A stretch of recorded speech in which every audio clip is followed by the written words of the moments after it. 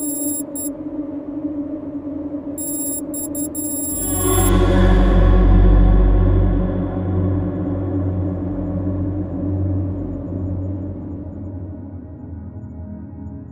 within the clandestine corridors of Area 51, hidden from prying eyes, lies a secret that has remained shrouded in mystery for decades. Meet Eric Tabor, a defense aerospace contractor with a remarkable story to tell. Through his late great-uncle Sam Urquhart, a former Area 51 contractor, Tabor unveils a tale of astonishing discovery. My name is Eric Tabor. I did work for a U.S. aerospace company on different projects. I have a security clearance for the past 13 years. Everything that I've worked on and seen is not anywhere close to the same level of technology as the Tic Tac, for example, or other things that have been cited that are quite exotic and can move in ways that defy physics. Some of the things I've worked on I cannot and will never talk about. As a patriotic American, I would never divulge classified information. And you have some direct experience of this with your family. Tell me a little bit more about that. I moved to the West Coast in 2012, and no family west of the Mississippi. My grandmother was nice enough to let me know that I had a great uncle. According to Tabor, his great-uncle disclosed the existence of a metallic egg-shaped UFO that captivated the attention of engineers at the secretive base. Engineers struggled to comprehend the object's origins and capabilities. Despite their efforts, the craft remained an enigma, defying all attempts to unlock its secrets. Named Sam Urquhart. He told me that he worked at Area 51 from 1997 until 2014. Stayed working there as EG&G evolved through a merger with Raytheon, I believe, into the company known as JT3, and then retired in 2014 as JT3 transitioned into JT4. He said, when I first got there in 1997, I had a personal conversation with a senior EG&G engineer whose group was tasked with trying to reverse engineer, figure out an object that was brought there by some CIA people in the 1980s, and it was supposedly found just resting in a remote desert location, fully intact. And the senior EG&G engineer described to my great uncle that it was egg-shaped, about the size of a SUV, smooth and seamless, metallic-looking, silverish gray in color, no control surfaces, no flaps, no inlet, no exhaust. It showed up on X-ray as a solid object. They tried to penetrate the hull, try to open it. They couldn't. They said that they were able to take some very small samples of the material. I'm not an expert in chemistry, but I guess the isotope ratio or the mixture of elements, they concluded it was not made on Earth. It's my personal belief that the technical data information should remain classified, and these objects should be paraded around for everyone to see. Although I know humanity wants to see this and know this information. The problem is other countries have these objects as well. I conducted a 45-minute phone interview directly with AARO, told them everything that I'm sharing right now. Shortly after the interview, they forwarded me a memorandum of record to sign and date, initial, and that's going to be compiled with all the other data they're collecting into a historical record that's going to go to Congress sometime next year. My dealings with AARO, they were very professional. They were very interested in what I had to say. They never said, don't talk about this. They never were threatening. They never were demeaning. What would you say the value is of this information? You know, on the one hand, you are giving a story that's second or third hand. This is retold by your great uncle who's now passed away. On the other hand, this could give us a very interesting lead to potential alien craft that's hidden at Area 51. I think the public wants answers, and they want answers from AARO now, but there's a lot of people contacting them, like I have, and they're trying to get not just some data, but as much as they can, compile it, and give it to Congress for them to disseminate. It's not going to be compiled and just given to a news organization. So people, I think, need a little more patience.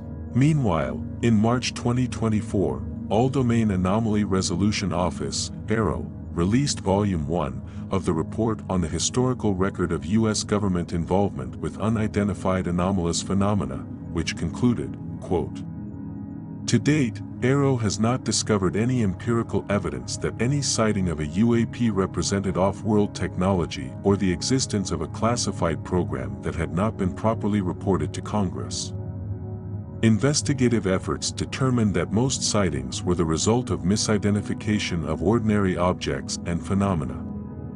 Although many UAP reports remain unsolved, AARO assesses that if additional, quality data were available, most of these cases also could be identified and resolved as ordinary objects or phenomena," unquote. Disclosure advocates have since roundly criticized the report for its alleged lack of scientific rigor and failure to fully disclose first-hand accounts and significant details involving the programs mentioned in the report.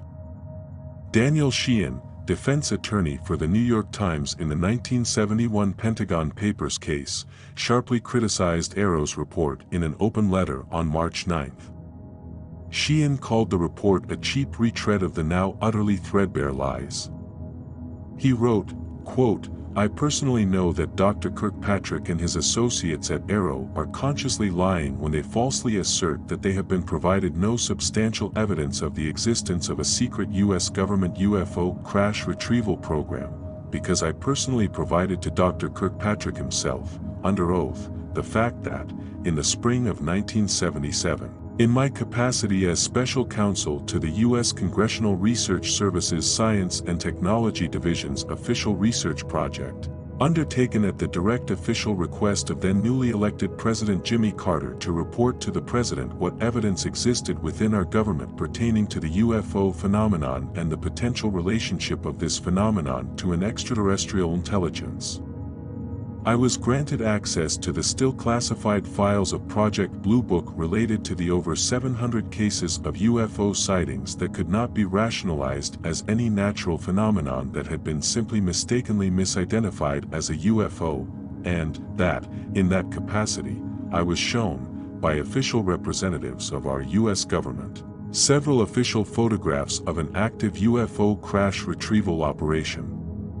I informed Dr. Kirkpatrick that I was certain the UFO in the photographs, a classic metal saucer with a domed top, was not from any known human civilization because it bore distinctive symbol lettering around the base of the dome of the craft, generic to no human civilization.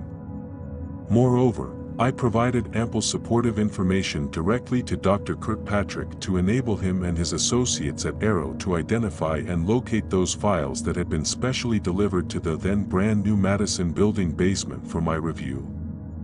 If Dr. Kirkpatrick and his staff had made even the slightest good faith effort to identify and recover that cache of specific official U.S. government Blue Book files specially delivered to Washington for my inspection, they would have had the proof they now deny having found," unquote. Disclosure advocate Lue Elizondo, former director of the AATIP, called the report intentionally dishonest, inaccurate and dangerously misleading. Elizondo called on Congress to take legislative action for greater transparency and pledged to continue working with lawmakers to help their efforts to achieve disclosure.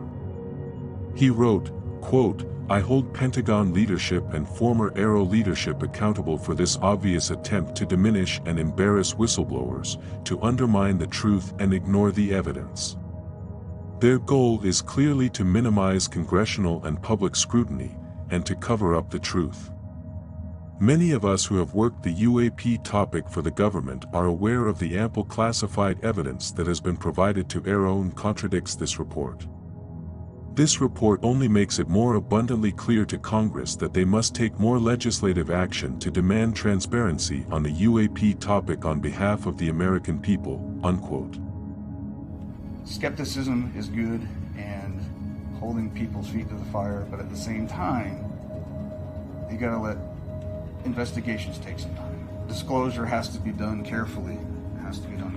We don't want our enemies to know everything that we've got. Do you have a message for any other potential whistleblowers or people with information about potential crash retrievals or UFOs? What should they do? Never want to play your full hand. But I do believe wholeheartedly that humanity deserves to know the truth if we have recovered these non-human objects or crafts, which 100% I believe we have. The second volume of AARO's report is slated to include any findings resulting from interviews and research completed from November 1, 2023 to April 15, 2024 and will, quote, provide analysis of information acquired by AARO after the date of the publication of Volume 1, unquote. In the meantime, all eyes are again on Congress and, of course, on the skies.